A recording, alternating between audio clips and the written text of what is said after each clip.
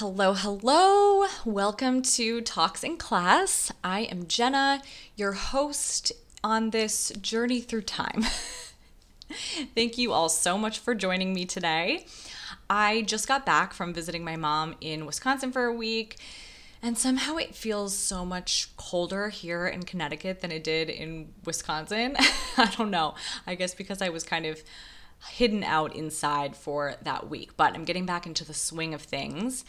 And I actually missed a huge snowstorm there. I flew back on Wednesday evening, and Wednesday night overnight, my mom said they got about 10 inches of snow, and the snow started falling just a couple of hours after I left. So I narrowly missed that. And as much as I would love to get, snowed into my hometown with just my mother, I am glad I made it back before that storm hit. Because I don't know about you guys, but I feel like this time of December is when everybody just loses their actual minds. Like things just get so crazy and busy and hectic.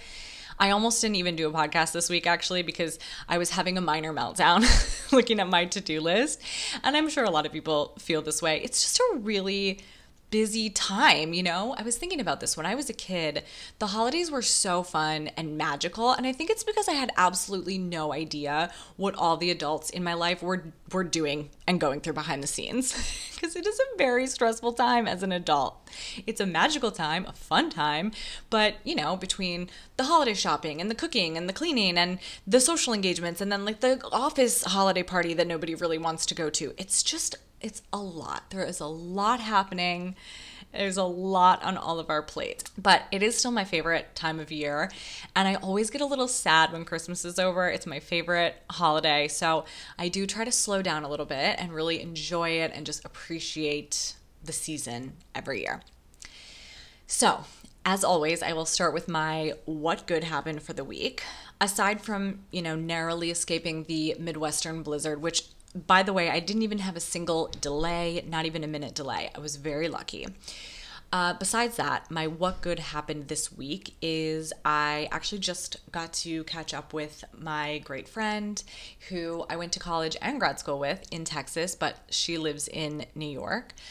And I see her from time to time, but I was living in Jersey City. She lives in Queens, so it's kind of logistically difficult. But anyway, we met up for lunch today, and it's just so nice to catch up with friends, especially, I've said this before, this time of year when things tend to get really busy, it's easy to not prioritize things like that. And it's nice. It was nice. So this week's topic is something that I'm asked about very often in comments and DMs and just kind of there's a lot of curiosity about it in general. And I think it's because it's something that not many people understand unless they experienced it themselves. And that is sorority life. But not just sorority life in general, specifically sorority life in the 2000s, because it was a special experience to say the very least. I think it's very fascinating to people because fraternities and sororities kind of occupied this separate little world on college campus. You know what I mean? We have our own lingo and our weird traditions and the matching outfits and the clapping. It's honestly all very weird, and I lived through it, and I still think it's very weird. We'll start with the very basics. For those unfamiliar with Greek life, and I know everybody outside of the US, their minds are always blown because this is a US thing. So for those of you unfamiliar, here are kind of the basics. So when I say Greek life, that refers to fraternities and sororities on college campuses. They're named after Greek letters. So Alpha Phi, Chi Omega, Pi Beta Phi, things like that. Fraternities are men's organizations, sororities are women's organizations, but they essentially serve the same purposes. That purpose being essentially socializing, but also networking. The ultimate idea is that this will provide you with a network of contacts throughout college, but also beyond college. So friends, of course, and social connections, but also later through life, professional connections, helping you get jobs, things like that. During college, of course, is where a lot of the focus lies. These Greek organizations host parties. They participate in campus events like homecoming and Greek week. They also host fundraisers or charity functions for their chapter's chosen philanthropy cause. Usually each chapter has kind of its own cause or organization that they raise money for. And they also have a bunch of rules and regulations that you have to abide by in order to maintain good standing within the organization. Things like minimum GPAs, mandatory study hours, mandatory meetings that you have to attend, mandatory events to attend, as well as kind of general standards for your behavior around campus because you are representing that organization. You also have to pay dues to be a member. And in my day, I don't know if this still happens, but in my day, we had to pay fines for missing mandatory events or mandatory meetings. And the fines were expensive, okay? I went to college over 10 years ago, and I am pretty certain that if you missed a day of formal recruitment or a day of initiation, it was like $100 fine per day. So you did not want to miss a day of rush week. And these organizations function just like any formal organization. They have a structure, they have chains of command, there's a president, there's a group of VPs who are in charge of things like recruitment or philanthropy, and then there's other smaller offices like chaplain, which is the person in charge of maintaining the organization's rituals and traditions and things like that. So there's this whole structure behind it. And if all of this sounds very bizarre and also some of it seems kind of antiquated, it's because it kind of is. Don't get me wrong. I really did enjoy most of my experience, but these organizations were largely created in like the late 1800s. So a lot of this is based on some antiquated ideas and traditions. Obviously, it has changed a lot, and I'm sure it's changed even more since I was an active member in the 2000s. I really don't have a great frame of reference for current sorority life, but I'm sure it has changed. I actually personally experienced sorority life in two kind of very different environments. I joined at a small state school in the Midwest, and then I transferred schools and continued at a new chapter in my same sorority at a large state school in the South, in Texas. Very different experiences. In the Midwest, things were relatively chill, as Midwesterners are. It was also a smaller school. So, we didn't do these over-the-top date parties or formals. We didn't have like 30 t-shirts throughout every single semester for every single small event that we had to buy. Dues were also way, way cheaper. And in general, it was just a lot more chill. In Texas, it was not chill. Greek life was pretty serious. And by that, I mean people took it seriously on my college campus. There was also just a large Greek life presence. There were a lot of chapters, several sororities, several fraternities, and we had a proper house on a proper sorority row, which, yes, I did live in. But before I really dive into what this experience was like, I need to set the scene for you. I need to give you a good idea of what the times were like that we were living in, okay? I went to college from 2005 to 2010. I took a year off in there, but that's a whole different story. Anyway, 2005 to 2010. Peak mid-2000s to the very beginning of the kind of Jersey Shore era was my college experience. These were the days of the North Face fleece and fake Chanel stud earrings. The days of the tall chestnut Ugg boots over a pair of black leggings with a t-shirt pulled halfway down to our knees. These were the days of True Religion contrast stitching jeans, bumpets, Goldschlager and like vodka Red Bulls, hot pink and zebra themed bedrooms, okay? It was quite a time to be alive, to be honest. I look back at those college years very fondly, but a very different time in so many ways than what we're living in now. I started college in the good old McBling years, happy, fun, very optimistic times, and graduated into a full-blown recession. So even during the time that I was in college, things changed a lot. But looking back, if I kind of generalize that whole time that I was in college, media and popular culture at the time was very focused on kind of fun, partying. There was a lot of focus on sex and just sexualized content. It was very YOLO culture. I don't know how else to describe it. But it was also a very misogynistic time in popular culture, especially the comedy.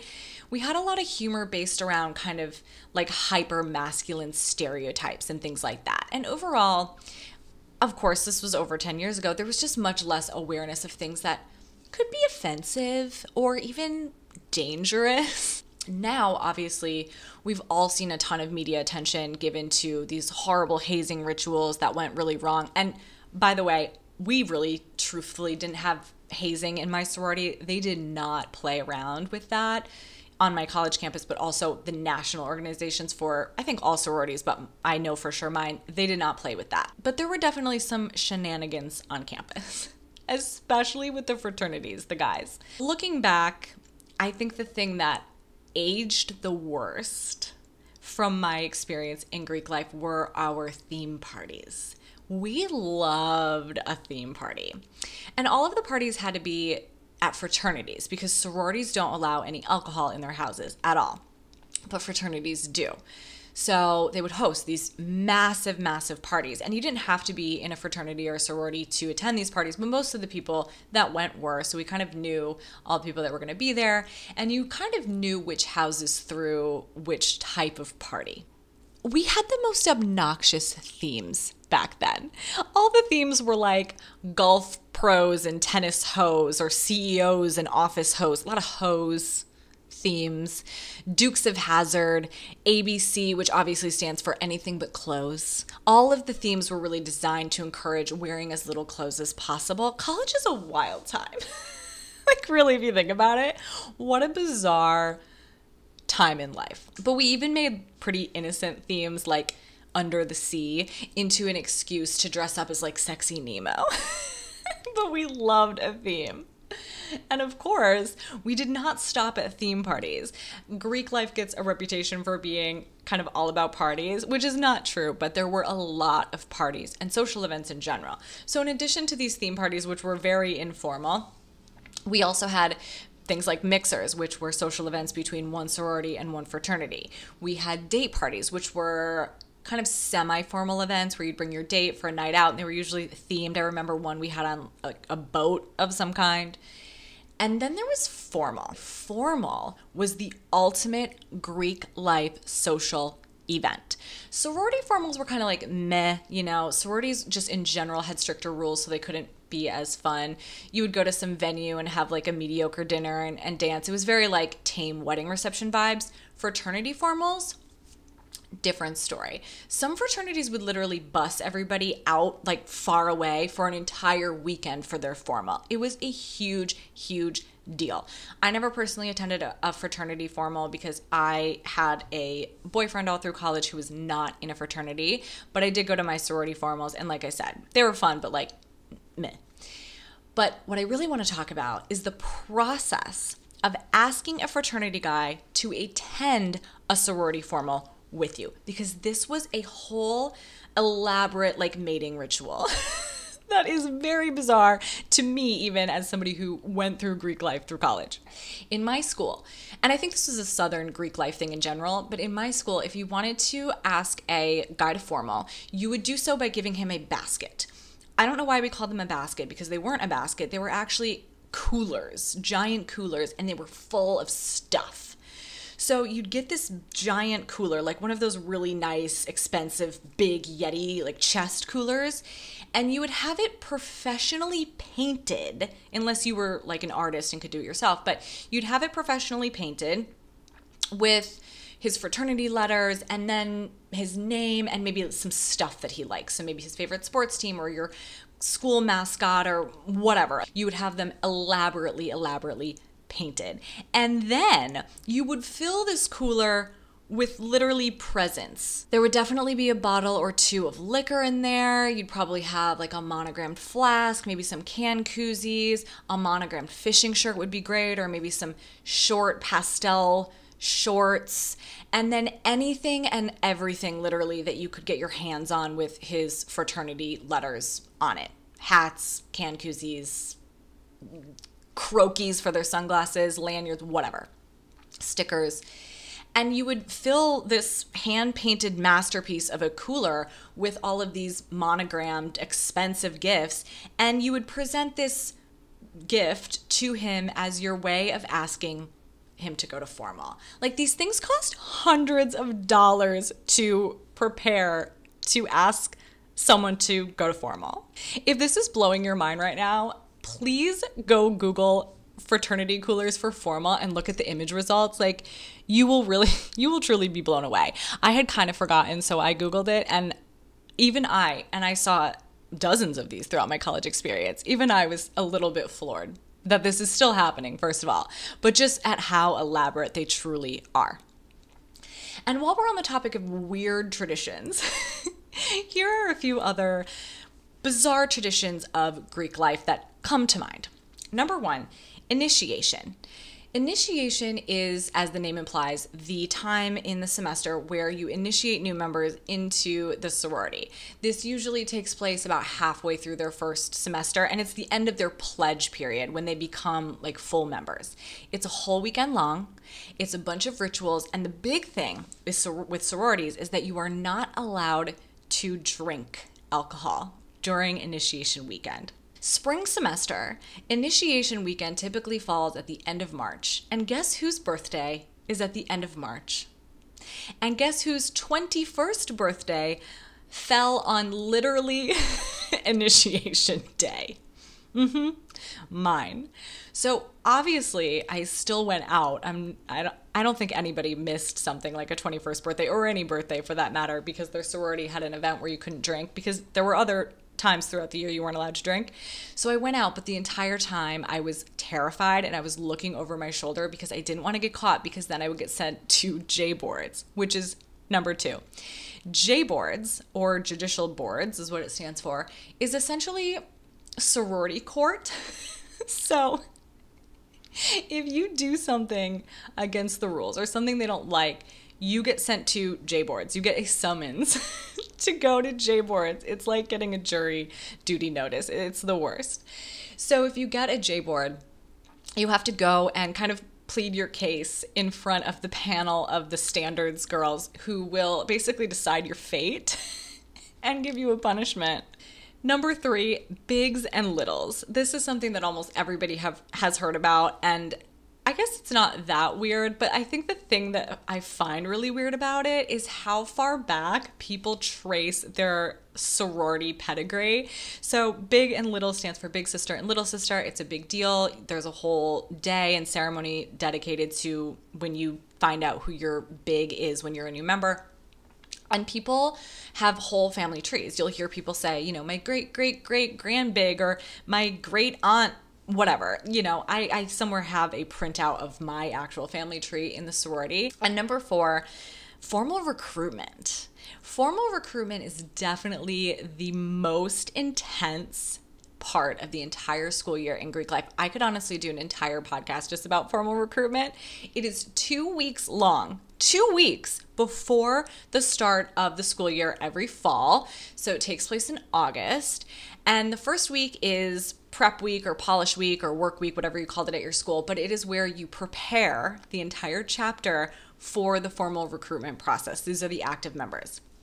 This includes literally practicing how to make small talk with potential new members, making sure that you know all of the chants and the songs, practicing your door formations, practicing in your bump groups, which is a really elaborate formation that we use to kind of mingle throughout the parties with the people, to make sure that there's like always people rotating through the parties to talk to these girls. Very intense. And you also have to get all of your outfits approved, because there's a strict dress code for every single day. So there'd be a dress check day where you'd have to put on all of your outfits for every single day, and they would have to okay them. And then that's followed by the actual recruitment week, which is a week long. And that's where all of the new members come through and they go to every house and they go to these different parties and kind of figure out, which sorority they want to join and vice versa and that whole thing. The entire 2-week process culminates in bid day, which is when all of the new members find out which house they will ultimately be joining. This is a huge deal. It's a theme. There's matching t-shirts. There's a lot of clapping and chanting and screaming. And then there's usually some sort of event afterwards. This honestly sounds like the most exhausting thing ever to my 35-year-old mind. I cannot believe that I participated in this ever. And this is right before you start classes. I mean, there's only maybe a couple days in between the end of this intense 2-week long period and starting a new school year. I mean, I would need a month to recover from that now. But whenever I think about sorority recruitment, my mind always instantly goes to fall 2009 because that was definitely the most memorable recruitment for me. I don't know if you guys remember this, but 2009 was the year of the swine flu. So during recruitment, our entire chapter, all of the girls spent all day, every day together for 2 whole weeks. And when I tell you, the swine flu went through our entire house like a stomach bug on a cruise ship. I mean, it was bad. We were dropping like flies. We were sending girls to off-campus apartments to quarantine in hopes that nobody else would get it. And every single day, more people would wake up with the swine flu. I mean, it was bad, you guys. And it got me. It got me on the last day of rush week. I remember waking up and I felt like I got hit by a bus. It was August in Texas and I was shivering, like so cold, shaking. I remember I had to sit down to curl my hair because I just didn't even have the energy to stand. It was horrible.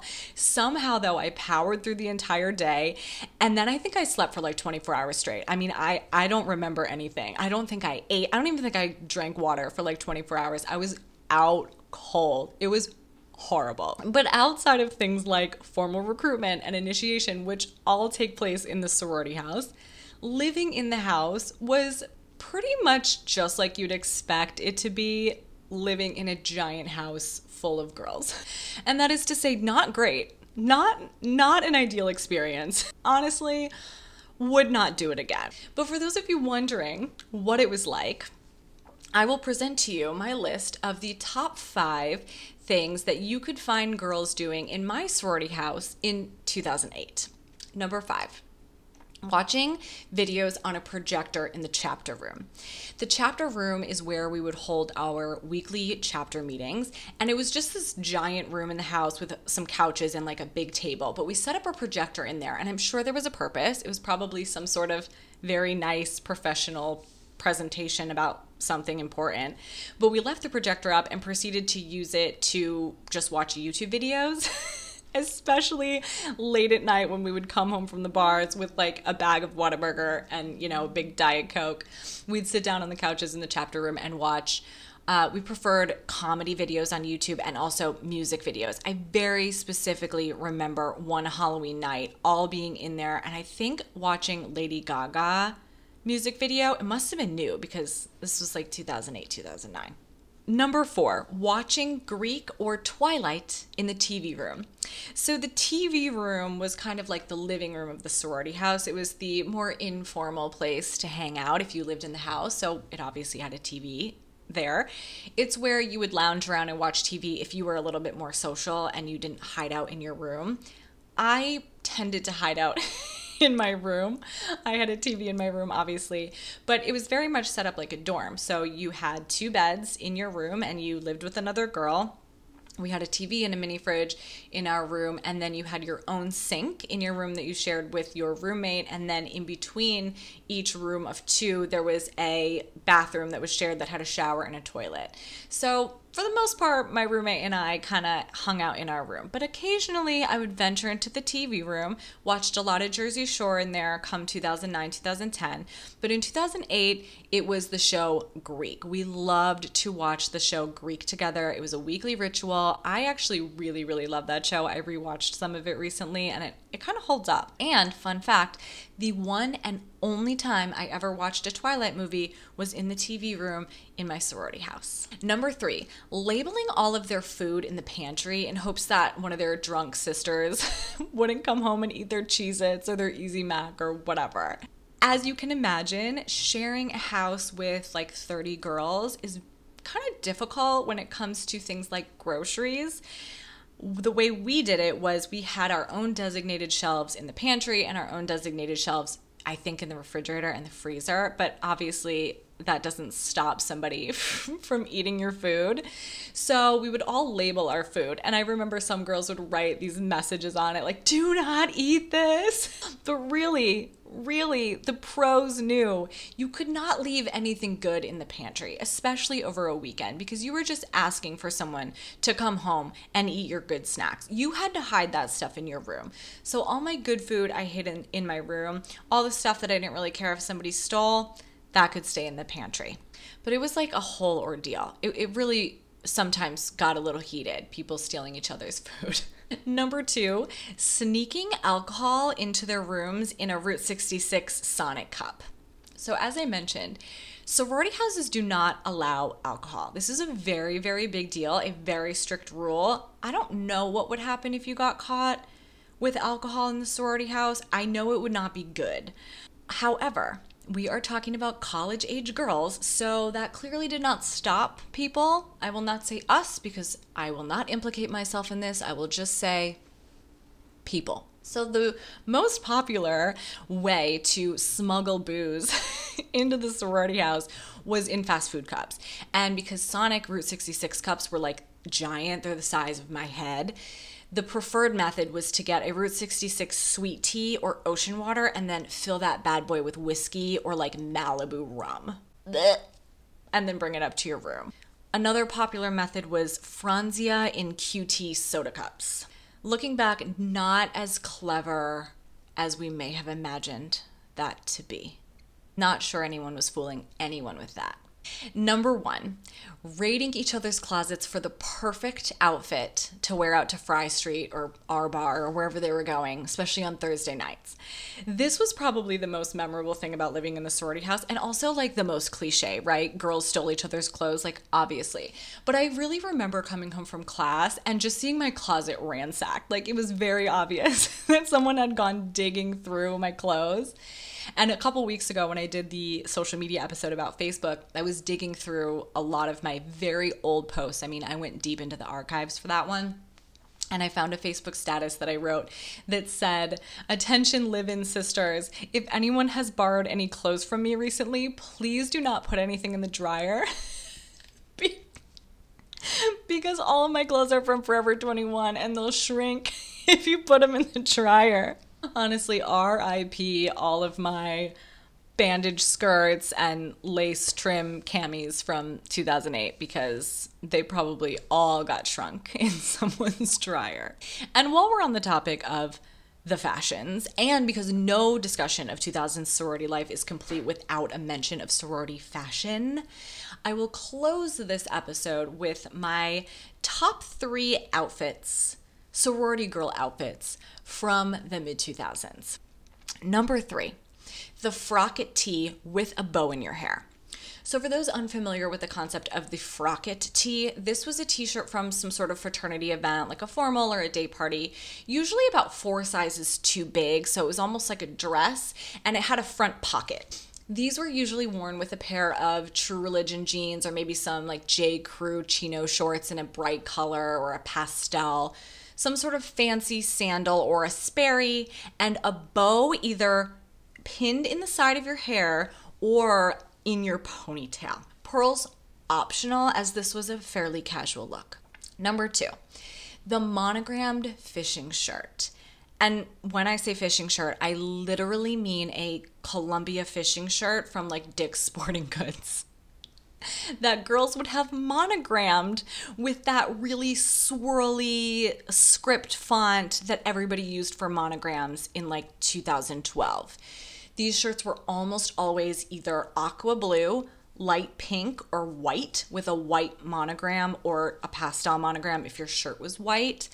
And this was usually worn again with like a chino short or maybe jeans if you're going for a more casual look. The hardcore girls would wear this look with leather loafers like they were going to the literal country club, but really they were on their way to like chemistry lab. And number one, the ultimate, the peak sorority girl fashion at my school during my college experience, the Nike shorts, or Norts as we called them, plus oversized Hanes white V-neck t-shirt look. Okay. Nike shorts were the absolute staple wardrobe item for a college student at my college in the 2000s, especially though for sorority girls. I had them in an entire rainbow of colors. Every color you could imagine. Neon shorts. I had green ones. I had pink ones. I had black ones with every single color trim you could imagine.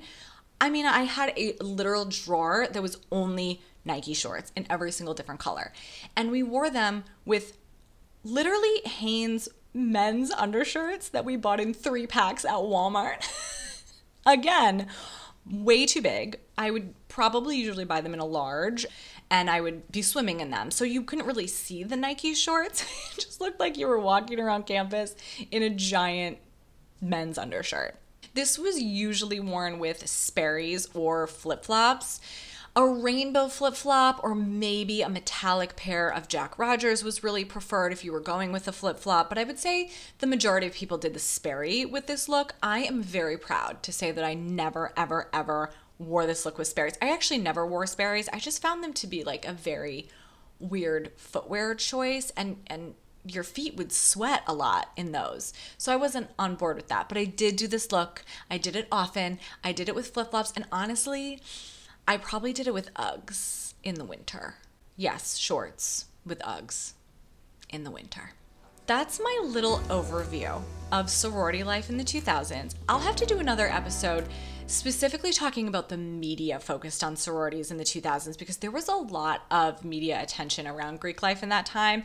Things like MTV's Sorority Life, or like I mentioned, ABC Family's Greek, which I loved.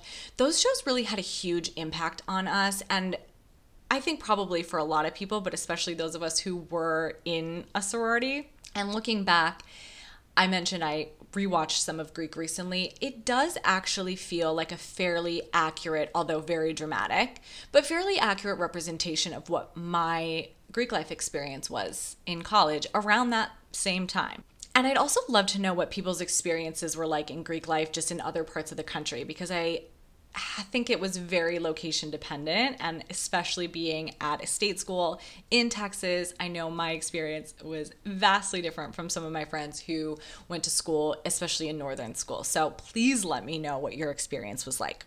I will be back next week with one final episode before the end of the year. I will be on hiatus for the final week of the year because we will be driving across the country. But until then, please share this episode with a friend who would enjoy it, rate, review, and don't forget to subscribe. I will see you all next week. Thank you for joining me. Bye.